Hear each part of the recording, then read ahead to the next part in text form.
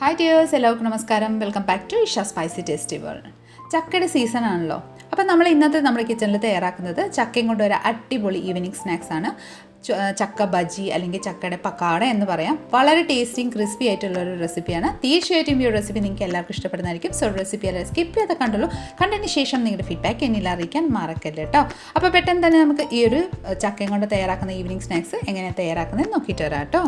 അതിനായി ഞാനിവിടെ കുറച്ച് ചക്കച്ചുള എടുത്തിട്ടുണ്ട്. അതിൻ്റെ ഒരു ചകണിയും ഒരു സീഡ്സ് എല്ലാം റിമൂവ് ചെയ്തതിന് ശേഷം ഇതുപോലെ രണ്ടായിട്ട് സ്പ്ലിറ്റ് ചെയ്തിട്ടുണ്ട്. ഈ ഒരു ചക്കക്കുരും ഈ ചകണിയാണ് നമ്മൾ റിമൂവ് ചെയ്തേക്കുന്നത്. നന്നായിട്ടൊന്ന് റിമൂവ് ചെയ്ത് ഇതുപോലെ രണ്ടായിട്ട് സ്പ്ലിറ്റ് ചെയ്ത് റെഡിയാക്കി വെച്ചിട്ടുണ്ട്. ഇനി നമുക്ക് ഇതിലോട്ട് നന്നായിട്ട് തിളച്ച വെള്ളം നമുക്ക് ഇതിലോട്ടൊന്ന് ആഡ് ചെയ്ത് കൊടുക്കാം. കൂട്ടത്തിൽ ഒരു 1/2 ടീസ്പൂൺ ഉപ്പും കൂടെ ചേർത്ത് നന്നായിട്ടൊന്ന് മിക്സ് ചെയ്ത് വെച്ച് കൊടുക്കാം. ഒരു 5 മിനിറ്റ് റെസ്റ്റിന് വെച്ച് കൊടുക്കാം. ആ സമയത്ത് ഇതിൻ്റെ പശയും എല്ലാം മാറി കിട്ടും കേട്ടോ. അപ്പോൾ നമുക്കത് റെസ്റ്റിന് വെച്ച് കൊടുക്കാം. ഇനി നമുക്ക് ഇതിന് വേണ്ടിയിട്ട് ഒരു മസാലക്കൂട്ട് റെഡിയാക്കാം. അതിനായി ഒരു മിക്സി ജാർ എടുക്കാം. അതിലോട്ട് ഒരു 10 to 12 നമ്മുടെ വെളുത്തുള്ളി ആഡ് ചെയ്ത് കൊടുക്കാം. കൂട്ടത്തിൽ നല്ല എരിവുള്ള മുളകായതുകൊണ്ട് ഞാൻ ഒരു പച്ചമുളക് ചേർത്തിട്ടുണ്ട്. അതിൻ്റെ കൂട്ടത്തിൽ തന്നെ ഒരു വത്തലമുളക് ചേർത്ത് കൊടുക്കാം. കൂട്ടത്തിൽ തന്നെ ഒരു 1/2 ടീസ്പൂണ് കുരുമുളക്, ഒരു 1/2 ടീസ്പൂണ് നമ്മുടെ മല്ലിക്കൊത്ത് ആഡ് ചെയ്ത് കൊടുക്കാം. ഈ കൂട്ടത്തിൽ തന്നെ ഒരു 1/2 ടീസ്പൂണ് ജീരകം കൂടെ ചേർത്ത് കൊടുക്കാം. ഇനി നമുക്ക് ലിഡിറ്റ് ക്ലോസ് ചെയ്ത് ഇത് നന്നായിട്ടൊന്ന് ക്രഷ് ചെയ്തെടുക്കാം കേട്ടോ. നന്നായി പേസ്റ്റ് ആക്കണ്ട, ജസ്റ്റ് ഒന്ന് ക്രഷ് ചെയ്തെടുത്താൽ മതി. അപ്പോൾ ഇതാ നമ്മുടെ ക്രഷ് ചെയ്ത് മസാല കൂട്ടി ഇവിടെ റെഡി ആയിട്ടുണ്ട്. നമുക്ക് ലിഡിറ്റ് ക്ലോസ് ചെയ്ത് ജസ്റ്റ് ഒന്ന് മാറ്റി വെച്ച് കൊടുക്കാം. ഇനി നമ്മൾ വെള്ളത്തിൽ വെച്ചിരിക്കുന്ന ചക്ക ഒന്ന് സ്ട്രെയിൻ ചെയ്തെടുക്കാം കേട്ടോ. നോക്കിക്കോളൂ, നല്ല സോഫ്റ്റ് ആയിട്ടുണ്ട് നമ്മുടെ ഈ ഒരു ചക്ക വെറും 5 മിനിറ്റിൻ്റെ ഉള്ളിൽ. അപ്പോൾ നമുക്ക് ഇതൊന്ന് സ്ട്രെയിൻ ചെയ്ത് വേറെ ഒരു ബൗളിലോട്ട് ഒന്ന് ട്രാൻസ്ഫർ ചെയ്ത് കൊടുക്കാം. ബൗളിലോട്ട് ട്രാൻസ്ഫർ ചെയ്തതിന് ശേഷം നോക്കിക്കോളൂ, ആ വെള്ളത്തിൻ്റെ ആ കളർ തന്നെ ചേഞ്ച് ആയിട്ടുണ്ട്, പശയെല്ലാം മാറി കിട്ടിയിട്ടുണ്ട് കേട്ടോ. അപ്പോൾ നല്ല പെർഫെക്റ്റ് ആയിട്ട് നമ്മുടെ ചക്ക ഇവിടെ നല്ല സോഫ്റ്റ് ആയിട്ട് തന്നെ കിട്ടിയിരിക്കുന്നത്.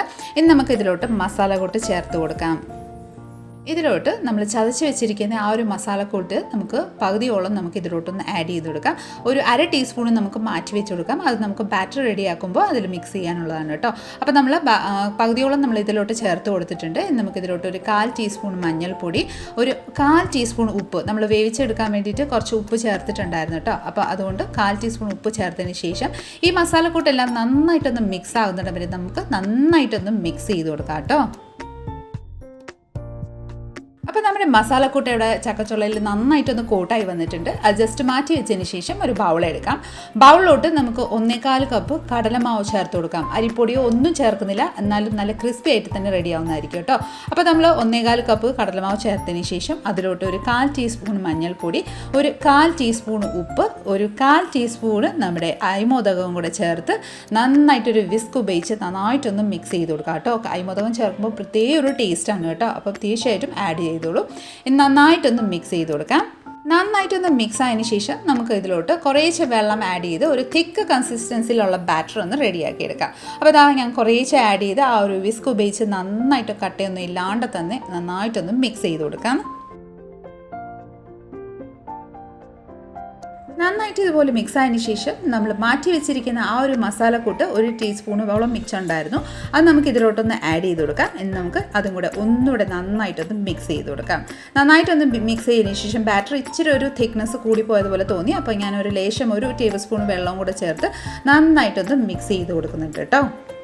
നന്നായിട്ടൊന്ന് മിക്സ് ചെയ്തതിന് ശേഷം ഇതിലോട്ട് ഒരു 2 ഞുള്ള് ബേക്കിംഗ് സോഡ, കുറച്ച് മല്ലിയിലയും കൂടെ ആഡ് ചെയ്ത് കൊടുക്കാം. മല്ലിയില ആഡ് ചെയ്യുമ്പോൾ പ്രത്യേക ഒരു കാണാനൊരു ഭംഗി ഉണ്ടാവും കേട്ടോ, ടേസ്റ്റും ഉണ്ടാവും. അതിനുശേഷം നല്ല ചൂട് എണ്ണ 1 ടേബിൾ സ്പൂണോളം നമുക്ക് ഇതിലോട്ടൊന്ന് ചേർത്ത് കൊടുക്കാം. നല്ലൊരു ക്രിസ്പി ടെക്സ്ചറായി കിട്ടാൻ വേണ്ടിയിട്ടാണ് നമ്മൾ നല്ല ചൂട് ഓയിൽ ആഡ് ചെയ്ത് കൊടുക്കുന്നത്. നന്നായിട്ടൊന്ന് മിക്സ് ചെയ്തതിന് ശേഷം നോക്കിക്കോളും, നമ്മുടെ ബാറ്ററിൻ്റെ കൺസിസ്റ്റൻസി ഒരു സ്പൂൺ നമ്മൾ ഡിപ്പ് ചെയ്തതിന് ശേഷം തിരിച്ച് ഇതുപോലെ നോക്കുമ്പം ആ ഒരു ബാറ്റർ നന്നായിട്ട് ഒരു സ്പൂണിലോട്ട് കോട്ടാകുന്ന ടെക്സ്ചറാണ് നമ്മുടെ ബാറ്ററിൻ്റെ കൺസിസ്റ്റൻസി. ഇനി നമ്മൾ എന്താ ചെയ്യുക, നമ്മുടെ ബാറ്ററിലോട്ട് നമ്മുടെ ചക്കച്ചുള ഇതുപോലെ ഒന്ന് ആഡ് ചെയ്ത് കൊടുക്കാം.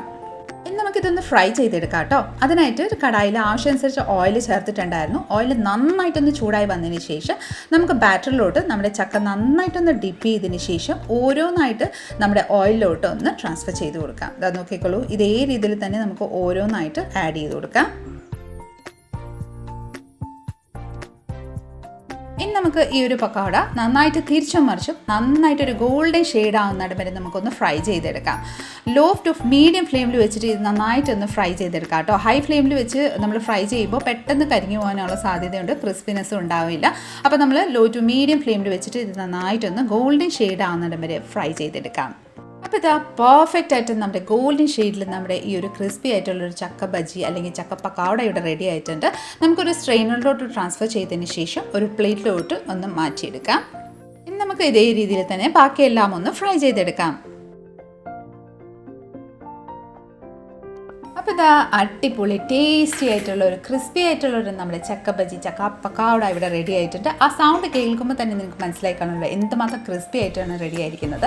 ടേസ്റ്റും നല്ല അടിപൊളി ടേസ്റ്റാണ് കേട്ടോ. അപ്പോൾ തീർച്ചയായിട്ടും നിങ്ങൾ ട്രൈ ചെയ്യേണ്ട ഒരു റെസിപ്പിയാണ് കേട്ടോ. ചക്കച്ചോള കിട്ടിയിട്ടുണ്ടെങ്കിൽ ഇതുപോലെ ഒന്ന് ട്രൈ ചെയ്ത് നോക്കിക്കോളും. നിങ്ങൾ വീണ്ടും വീണ്ടും കഴിച്ചു പോകും. ഈവനിങ്ങിലായിട്ട് നമുക്ക് ചായയുടെ ഒപ്പം അല്ലെങ്കിൽ വെറുതെ ഇരിക്കുമ്പോൾ മഴ സമയത്തൊക്കെ കഴിക്കാൻ പറ്റിയ ഒരു അടിപൊളി ടേസ്റ്റി ആയിട്ടുള്ളൊരു ഈവനിങ് സ്നാക്സാണ്. ആ ഒരു ടെക്സ്ചർ നോക്കിക്കോളൂ. നല്ല പുറമേൽ നിന്ന് നല്ല ക്രിസ്പിയാണ്, ഉള്ളിൽ നല്ല സോഫ്റ്റാണ്. ആ ഒരു ചക്കച്ചോളയുടെ ടേസ്റ്റും എല്ലാം കൂടെ ആ മസാലക്കൂട്ടിൻ്റെ സ്പെഷ്യൽ ആയിട്ടുള്ളൊരു ടേസ്റ്റും എല്ലാം കൂടെ ആകുമ്പോഴത്തേന് ഒരു വളരെ ടേസ്റ്റി ആയിട്ടുള്ളൊരു റെസിപ്പിയാണ്. അപ്പോൾ എല്ലാവരും ഒന്ന് ട്രൈ ചെയ്ത് നോക്കിക്കോളൂ. നമ്മുടെ ഇന്നത്തെ ഒരു റെസിപ്പി നിങ്ങൾക്ക് എല്ലാവർക്കും ഇഷ്ടമായെന്ന് വിചാരിക്കുന്നു. ഇഷ്ടമായിട്ടുണ്ടെങ്കിൽ ലൈക്ക് ചെയ്തും ഫാമിലി മെമ്പേഴ്സിനും റിലേറ്റീവ്സിനും ഫ്രണ്ട്സിനും എല്ലാവർക്കും ഒന്ന് ഷെയർ ചെയ്ത് നമ്മളെ മാക്സിമം ഒന്ന് സപ്പോർട്ട് ചെയ്തേക്കണേ. കൂടാതെ ഇതുപോലെ നല്ല നല്ല റെസിപ്പിക്കായി Isha spicy tasty world channel ഒന്ന് ഫോളോ ആൻഡ് സബ്സ്ക്രൈബും കൂടെ ചെയ്ത് നമ്മളെ മാക്സിമം ഒന്ന് സപ്പോർട്ട് ചെയ്തേക്കാം. അടുത്ത നല്ലൊരു റെസിപ്പിയും കൊണ്ട് വരുന്നിടം വരെ എല്ലാവരും stay tune, be happy and keep smiling. Thank you for watching and bye bye.